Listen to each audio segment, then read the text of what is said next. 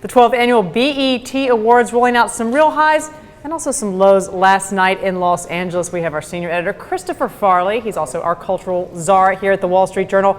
Emotional high of Cissy Houston singing a tribute to her late daughter, Whitney, and then some real lows with cursing. I'm going to have you get into all of the nitty gritty, but first, on a scale of 1 to 10, how would you rank the hot factor of last night's show?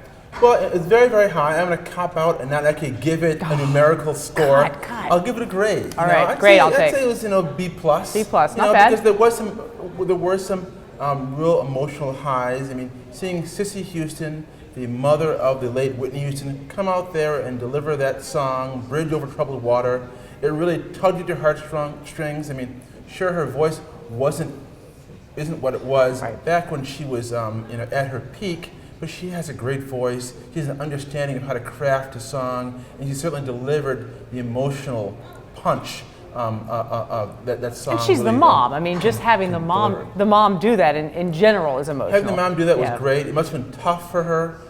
It certainly was emotional to watch. I saw a lot of people in the audience, tough guy rappers, wiping away tears. So she really had them in the palm of her hand, and it was great to see her and deliver that moment for her daughter. And just quickly, a few other performers attempting tributes or performing tributes to Whitney Houston. That's a hard thing to do when you perform some of Whitney's key songs. Yeah, the problem with delivering and trying to cover a Whitney Houston song is it's a Whitney Houston song. Right. You're not going to be as good as Whitney Houston unless you're Mariah Carey. And Mariah Carey was on hand, and she didn't deliver anything. I mean, she just gave sort of a spoken tribute to Whitney Houston. I would have liked to have heard her sing. I mean, other people could have probably been up to the moment, maybe Adele, but she's probably in England somewhere waiting for the London Games to start. Probably so. And saving that voice, I hope, because you have interviewed Adele. Now, let's talk about this moment with Jay-Z and Kanye West, the whole interrupting factor. Now, this was an homage to a Taylor Swift incident. Tell us about that. Well, famously, Kanye West interrupted Taylor Swift when she was getting an award at the MTV Video Music Awards. And of course, there's a lot of debate about whether he should have done that and what was he doing. And he sort of said he was doing it because he wanted to defend Beyonce.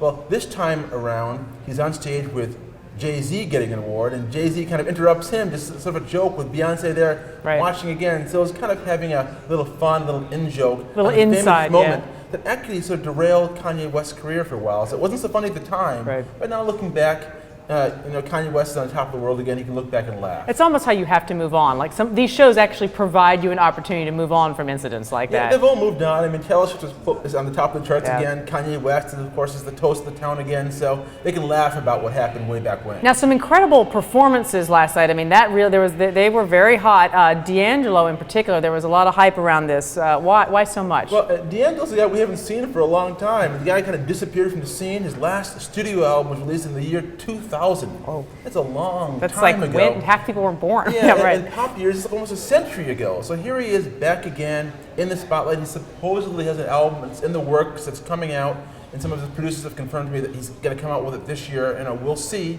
But it's nice to see him in front of people again, looking like he's in shape, in good vocal shape, ready to go, sounding great, sounding a lot like the D'Angelo of old, and so people really loved that moment.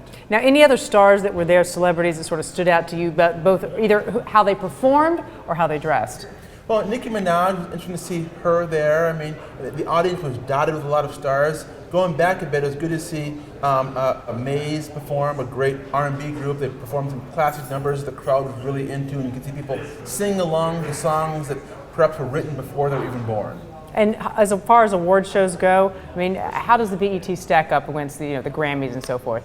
Well, there's a lot of emotion in this event, and when you have a lot of emotion, when you have a moment like Cissy Houston delivering that number for her daughter, that makes it an award show worth watching. When you're watching these award shows when nothing really is going on, there's no emotion, and there's no upsets, then it becomes boring. You start flicking back and forth between the Olympic trials and whatever else is going on, and that wasn't the case here. They did keep the emotion going, and they wisely kept the Whitney Houston tribute to close to the end of the night, so you had to keep on watching to get to the emotional high. People are not tired of that yet. I'm one of those people. All right, Chris Farley, thanks so much for joining us. Thank you.